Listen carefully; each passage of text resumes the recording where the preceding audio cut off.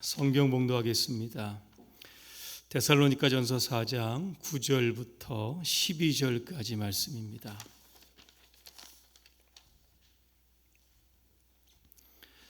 구절의 말씀부터 함께 합독하겠습니다. 형제 사랑에 관하여는 너희에게 쓸 것이 없음은 너희들 자신이 하나님의 가르치심을 받아 서로 사랑함이라. 너희가 온 마게도냐 모든 형제에 대하여 과연 이것을 행하도다. 형제들아 권하노니 더욱 그렇게 행하고 또 너희에게 명한 것 같이 조용히 자기의 일을 하고 너희 손으로 일하기를 힘쓰라. 이는 외인에 대하여 단정히 행하고 또한 아무 궁핍함이 없게 하려 함이라. 아멘. 오늘 형제 사랑이라고 하는 주제로 말씀을 드리겠습니다. 코로나19 이 바이러스는 작년 12월에 중국 우한에서 시작이 됐습니다. 올해 1월 20일 한국을 방문했던 중국인이 코로나19 최초의 감염자로 확진이 됩니다. 그 이후에 대구의 신천지를 중심으로 코로나가 대거 확진이 되었습니다. 그 당시 매스컴은 이단 신천지에 대한 실체를 낱낱이 해부를 하고 비판을 했습니다. 그때 기독교는 하나님께서 코로나19를 통하여 신천지를 심판하셨다, 그렇게 생각을 했습니다. 그러나 최근에 이 8.15 광복절 집회와 사랑제일교회를 통해서 코로나19가 재확산이 되었습니다. 지금의 온통 매스컴은 교회를 비난하고 있습니다. 지난 4일자 모 신문의 타이틀의 기사가 이렇게 났습니다. 이단보다 나은 게 뭐냐? 큰절 사죄한 이만희, 정광훈은 정부 호통이라고 하는 기사가 있었습니다. 코로나19 방역 활동을 방해한 혐의로 구속 기소된 신천지의 이만희 총회장은 변호인을 통해서 얼마 전에 이렇게 이야기를 합니다. 국민들에게 건강상의 염려를 끼친 점에 대해서 사죄의 말씀을 드립니다. 건강이 허락하는 한 재판에 성실히 임하겠습니다. 자, 그런데 지난 2일 코로나19 치료를 마치고 퇴원한 우리 정광훈 목사님은 기자회견에서 이렇게 이야기를 합니다. 저와 교회를 통해서 많은 근심을 끼쳐드린 점 죄송하게 생각합니다. 그리고 나서 뭐라고 이야기했냐면, 정부가 코로나19 재확산에 대한 것을 자신과 사랑제일교회와 8.15 광복절 집회에 참여한 사람들에게 다 뒤집어 씌우려고 한다고 했습니다. 한 달의 기간을 줄 테니까 대통령에게 사과하라고 했습니다. 만약에 이 국민을 속이는 행위를 중단하지 못하면 한 달 뒤에 순교하겠다, 이런 이야기를 합니다. 요즘 세상 사람들은 신천지 총회장과 이 정광훈 목사를 비교하면서 이렇게 이야기를 합니다. 코로나19에 대한 책임을 지고 2번씩이나 큰 절을 올렸던 이만희 총회장이 정부를 호통했던 정광훈 목사보다 더 낫다, 이런 평가를 하고 있다는 겁니다. 올해 한국교회는 세상에 고민거리가 되었습니다. 필립 얀시라고 하는 기독교 작가가 있습니다. 이분이 작년에 교회 나의 고민 나의 사랑이라고 하는 책을 썼습니다. 그는 엄격한 기독교 가정에서 태어납니다. 어릴 적 부모의 손을 잡고 교회를 출입하면서 교회의 부조리, 문제점들을 보면서 결국 그는 교회를 떠나게 됩니다. 그가 교회를 떠났던 2가지 이유가 있습니다. 하나는 교회의 위선입니다. 사랑을 강조해야 하는 교회가 율법주의에 빠져서 서로 당을 짓고 비판하고 정죄하는 것에 고민을 하다가 교회를 떠났다는 겁니다. 또 한 가지는 교회만이 가지고 있는 특유한 교회의 이 문화 때문에 교회를 떠났다는 겁니다. 교회는 세상과 다른 특별한 문화들이 있습니다. 그런데 이 문화가 세상과 소통하는 것이 아니라 세상과 담장을 쌓는 장벽이 되었다라고 하는 겁니다. 예를 들면 예배입니다. 광주에 있는 어느 목사님에게 기자가 이러한 질문을 합니다. 코로나19가 이렇게 확산되는 시기에 교회가 대면 예배를 강행하는 이유가 무엇입니까? 물었습니다. 이때 목사님은 이런 이야기를 합니다. 예배는 생명입니다. 그래서 반드시 예배를 중단할 수 없습니다. 일제와 6.25 시대를 거쳐가면서 예배가 중단된 적이 없습니다. 코로나19가 확진이 되어도 방역 수칙을 잘 지켜서 예배 드리면 문제될 것이 없습니다. 이렇게 예배를 중단하는 것은 결국 교회를 탄압하는 것과 같습니다. 이런 이야기를 합니다. 세상 사람들은 지금 이 목사님이 이야기한 예배가 생명이다라고 하는 이 말의 의미가 무엇인지를 알지 못합니다. 예배의 개념조차도 알지 못하는 겁니다. 다만 코로나19가 확진이 되고 사람들이 많이 모이면 그 확진자가 더 늘어나기 때문에 잠시 동안만 온라인으로 예배를 드려달라고 그렇게 이야기를 하는 겁니다. 여기에서 교회가 가진 문화와 세상 사람들의 이해가 여러분 충돌을 하는 겁니다. 참고로 대면의 예배만 생명의 예배이고 그렇지 않은 이 온라인으로는 실시간 예배가 이거는 생명의 예배가 아닐까, 이런 의미를 갖고 있는 분들도 아마 있을 겁니다. 하나님이 가지고 있는 속성 중에 하나가 이 편재성이라고 하는 것이 있습니다. 이 편재성이라고 하는 것은 하나님께서 아니 계신 곳이 없고 곳곳에 다 계신다는 뜻입니다. 고대 세계에서 이방 종교의 신들은 장소 귀속적인 존재였습니다. 특별한 공간 안에 머물면서 신의 역할을 감당했다는 겁니다. 그런데 하나님은 온 우주 만물을 창조하신 분이시고 하나님의 백성이 있는 곳이면 어디든지 찾아가셔서 그들의 예배를 받으셨다는 겁니다. 예를 들면 남유다 백성들이 바벨론의 포로로 끌려갑니다.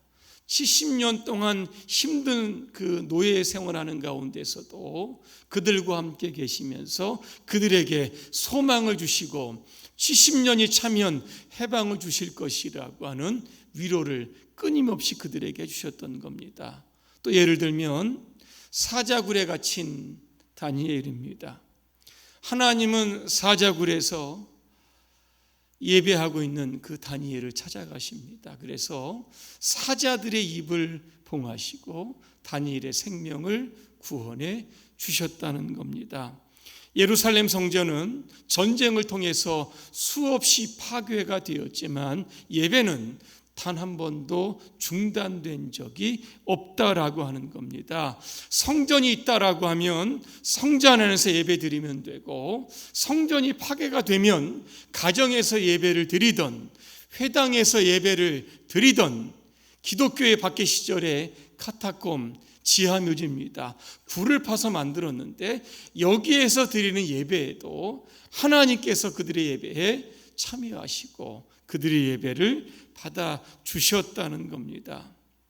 코로나19의 이 감염이 확산되는 가운데 우리가 우리의 예배를 고집한다라고 하면 이것이 세상의 위험거리가 되고 비난거리가 될 수 있다라고 하는 겁니다. 올해 3월입니다. 이 연합뉴스는 인천 백성교회의 아름다운 변신 재봉틀 5대를 설치하고 쉼없이 수제 마스크를 제작 중이라고 하는 기사를 보도하게 됩니다.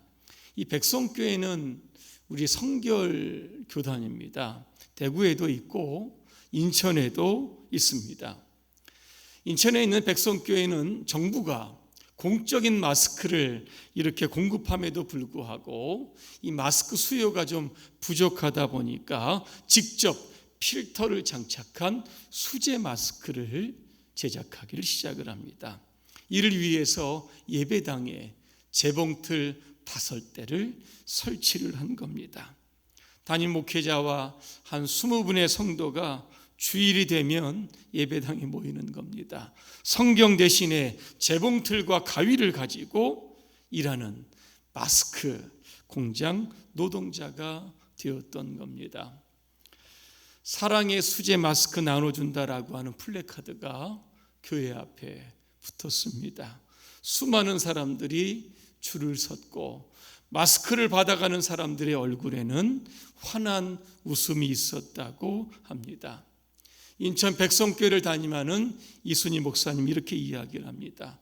마스크 확보 전쟁 속에서 어르신들이 이 마스크를 사기 위해 줄을 서 있는 것을 보면서 마음이 아팠다는 겁니다. 부족하지만 우리가 만든 이 면 마스크가 코로나19 극복을 위해서 작은 도움이 됐으면 좋겠다, 그렇게 이야기를 합니다.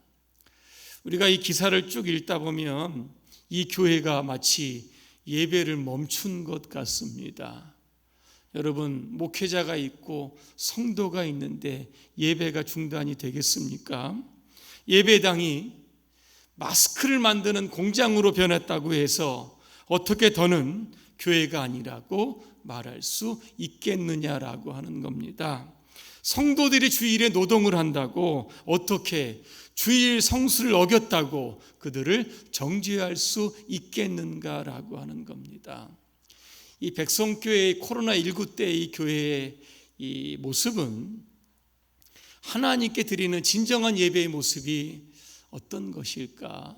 주일에 거룩한 예배를 드린다라고 하는 것이 무엇인가라고 하는 것을 우리에게 도전하고 있는 겁니다. 세상의 어느 누가 여러분 백성교회를 욕하겠습니까? 오히려 그들의 선한 행실을 통해서 많은 사람들이 이 교회를 칭찬하게 되고 이 코로나19가 끝난 뒤에는 이 교회가 더욱더 부흥하게 될 겁니다. 여러분, 필립 얀시가 교회를 떠났다가 다시 교회로 돌아옵니다. 그는 그 이유를 이렇게 설명을 합니다. 잠시 교회를 떠나 있을 때면 고통받는 쪽은 언제나 나였습니다.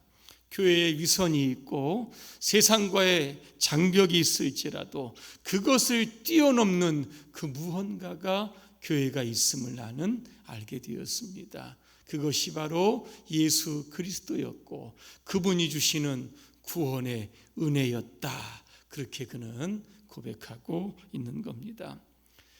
지금 세상 사람들은 교회에서 악취간하고 있다, 그렇게 이야기합니다. 맞는 얘기입니다. 왜? 이 땅에 완벽한 교회는 없기 때문에 그렇습니다. 그러나 루이스 팔라우의 말을 빌리자면 교회는 걸음과 같습니다.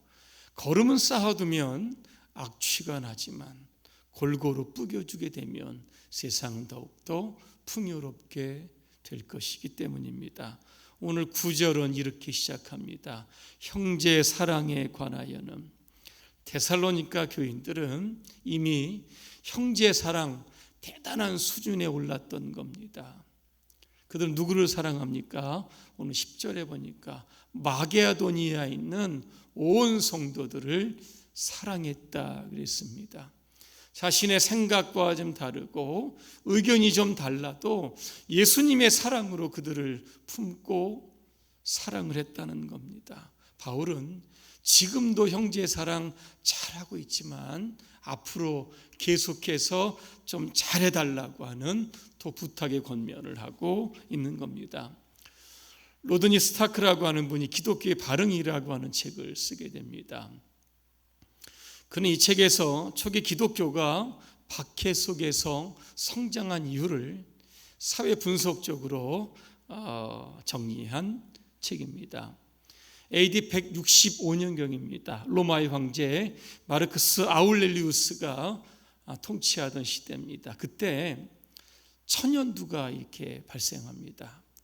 그 역병이 15년 동안 이 로마 제국을 뒤덮었다 그랬습니다. 그래서 로마 제국의 3분의 1의 숫자가 죽었다는 기록이 있습니다. AD 251년입니다. 이때는 홍역이 돌게 됩니다. 제국의 토대가 흔들릴 정도로 수많은 사망자가 발생합니다. 이교도의 모든 종교들은 무기력합니다. 그때 이 전염병의 최일선에 뛰어들었던 사람들이 있었습니다. 그들이 누구냐면 기독교인들이었습니다. 전염병으로 죽어가는 사람들, 죽은 사람들의 장례를 수습하는 일을 기독교인들이 전담으로 처리를 했다라고 하는 겁니다. 그래서 그 당시에 기독교인들에게 붙여진 별명이 있었다고 합니다. 그게 뭔지 아십니까?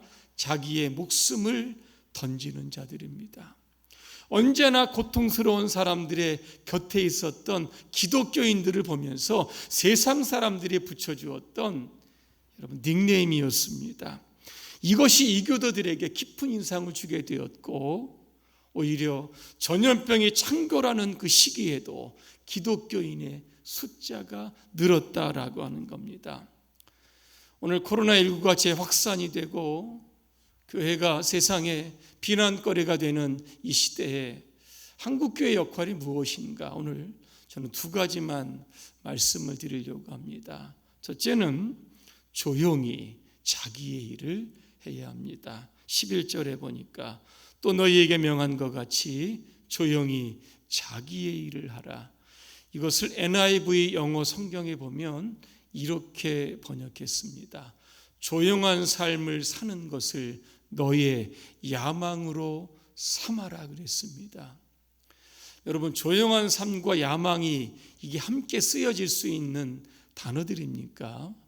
상당히 역설적인 표현입니다. 제가 이 야망이라고 하는 단어를 좀 찾아보니까 이렇게 표현합니다. 분수에 넘치는 야심을 품은 욕망이다 그랬습니다. 욕망이 무엇이겠습니까? 세상의 명예, 인기 이런 것들을 여러분 얻는 겁니다. 근데 바울은 뭐라고 이야기합니까? 화려한 무대의 주인공이 되지 말라는 겁니다. 세상의 스포트라이트를 받기 위해서 피 흘리며 싸우는 것을 삶의 목표로 정하지 말라고 하는 겁니다. 그렇다라고 하면 조용한 삶을 사는 것을 야망으로 삼기 위해서 어떻게 해야 할까? 켄 가이어는 자신의 책 묵상하는 삶에서 이런 이야기를 합니다. 음악가는 박자와 리듬 감각을 정확하게 가지는 것이 중요한 것처럼 하나님의 사람은 하나님의 리듬에 맞추어 사는 것이 중요하다. 그렇게 이야기를 합니다. 여러분, 묵상이라고 하는 것이 무엇입니까? 묵상은 자신의 소리를 높이지 않고 하나님의 소리를 듣기 위해서 침묵하는 겁니다. 사람들의 평가와 칭찬으로 들떠있는 삶이 아니라 하나님의 말씀에 내 언어나 내 생각이나 내 행동을 비추어 보는 겸허한 자세를 뜻하는 겁니다. 많은 사람들이 구세주 콤플렉스라고 하는 것을 가지고 있습니다. 특별히 정치인들이 있을 수 있고 기업인들이나 또 아니면 이 종교인들, 특별히 교회 목회자들에게 이 구세주 콤플렉스가 있습니다. 이 콤플렉스에 걸리게 되면 어떤 생각을 하게 되냐면 내가 죽어서 더 좋은 세상을 만들겠다라고 하는 그러한 생각을 갖는 겁니다. 세상의 모든 문제를 내가 죽더라도 내가 다 책임지고 감당하겠다라고 하는 여러분 생각을 갖는 겁니다. 여러분 조금만 생각해 보면 이 생각은 대단히 위험한 발상입니다. 왠지 아십니까? 인간은 구세주가 아닙니다. 제한된 시간, 제한된 힘, 제한된 그러나 능력을 가진 인간이 여러분 구세주처럼 행동하려고 하면 결국은 실패합니다. 이 땅에 구세주는 단 한 분밖에 안 계십니다. 누군지 아십니까? 예수님입니다. 그런데 예수님은 구세주이심에도 불구하고 구세주 콤플렉스가 없으셨습니다.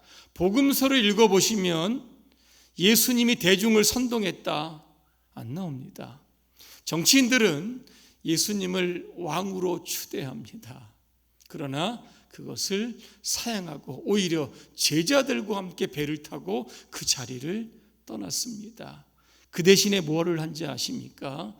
새벽마다 한적한 곳을 찾아 기도하셨다 그랬습니다. 공생의 3년 기간 동안 자신에게 부여된 이 천국 복음을 전하는 일에 최선을 다하신 겁니다. 그리고 마지막에는 인류의 모든 죄를 십자가에 짊어지시고 갈보리 언덕으로 올라가셨습니다. 이때의 장면을 이사야 선지자는 이렇게 표현을 합니다.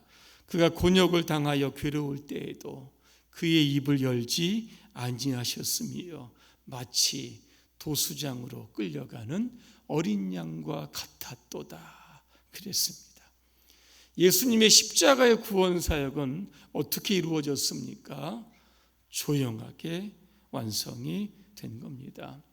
요즘 세상은 한국 교회와 성도들을 비난하고 있습니다. 지난주에 제가 모 장로님과 통화를 하는데 요즘 믿지 않는 사람들과 만나기가 굉장히 두렵다고 합니다. 왠지 아십니까? 요즘 교회가 왜 그래? 요즘 믿는 사람들이 왜 그래? 이런 소리를 듣는 게 너무나 부담이 된다고 그렇게 이야기합니다. 코로나19가 확진이 되고 교회가 비판받는 시기에 한국 교회는 구세주 콤플렉스를 버려야 합니다. 교회의 본연의 자리로 돌아가서 조용하게 형제의 사랑을 실천해야만 할 겁니다. 그러면 교회를 바라보는 시각이 조금씩 달라질 겁니다. 또 하나는 외인에 대하여 단정히 행해야 합니다. 12절에 나옵니다. 이는 외인에 대하여 단정히 행하라. 외인이 누굽니까? 불신자들입니다. 불신자들 앞에서 단정히 행하라고 하는 것은 책 잡히지 말라는 겁니다. 흠이 없게 행하라고 하는 겁니다. 기독교인은 신앙의 이유로는 얼마든지 핍박을 받을 수 있습니다. 그러나 도덕적으로, 윤리적으로는 비판받는 일이 없어야 하는 겁니다. 최근에 사랑제일교회 주변에 130여 점포를 운영하는 소상공인들이 정광훈 목사와 사랑교회를 대상으로 손해배상 청구 소송을 했다고 합니다. 이유가 뭔지 아십니까? 교회를 통하여 확진자가 발생이 되었다는 겁니다. 거리와 시장의 사람들이 사라져서 이 상권이 지금 죽었다라고 하는 겁니다. 이 책임을 교회에 지금 물어보겠다라고 하는 겁니다. 얼마 전에 통계해 보니까 코로나19 때문에 가장 큰 타격을 받은 곳이 어디냐면 바로 경제적인 부분입니다. 특히 임시직이나 일용직으로 있는 사람들이 많이 해고를 당했습니다. 그리고 지금 많은 작은 점포들의 폐업률이 갈수록 늘어가고 있는 겁니다. 여러분, 이러한 때에 교회가 여러분 무엇을 해야 합니까? 힘들고 어려운 사람들, 지금 굶어 죽을 수밖에 없다라고 외치는 그런 사람들의 입장에서 교회가 서야만 하는 겁니다. 골목이 죽고 시장이 죽는다라고 하면 다시 살릴 수 있는 방법을 교회가 모색을 하고 대안을 내려야 하는 것이 바로 이 시대의 교회가 할 일입니다. 결론입니다. 마틴 로이드 존슨 목사님은 이렇게 이야기합니다. 교회 역사학과를 보면 오르막길이 있고 내리막의 길이 있었다 그랬습니다. 지금 올해 한국 교회는 이 내리막으로 치닫고 있습니다. 이 원인을 냉정히 분석해야만 하는 겁니다. 교회가 왜 그래? 이 소리를 교회는 수용해야만 하는 겁니다. 그리고 교회가 세상을 향해서 무엇을 주요할지를 고민해야 합니다. 그게 뭐겠습니까? 바로 형제 사랑입니다. 그리고 외인에 대한 존경과 배려의 모습일 겁니다. 이런 것들이 조금씩 회복이 되면 한국 교회는 조금씩 이제 오르막으로 힘차게 올라가게 될 겁니다. 시인 정진규 선생은 이런 이야기를 합니다. 별들의 바탕은 어둠이 마땅하다 그랬습니다. 코로나19로 인해서 한국 교회가 많이 힘들고 어려운 때입니다. 이럴 때일수록 사랑의 여러분 불을 밝혀서 세상에 무엇인가를 줄 수 있는 그런 한국 교회로 다시 한번 거듭나게 되시기를 주님의 이름으로 축원합니다. 기도하겠습니다. 은혜로우신 하나님, 요즘 한국 교회가 세상에 고민거리가 되었습니다. 문제의 원인이 어디 있는지를 속히 파악하게 하시고 세상의 존경과 사랑과 칭찬을 받는 교회로 다시 회복될 수 있도록 도와주시옵소서. 세상의 아픔과 고민에 동참하며 희생적인 형제 사랑을 즉시 실천할 수 있도록 우리 한국 교회를 축복해 주옵소서. 예수님의 이름으로 기도합니다. 아멘.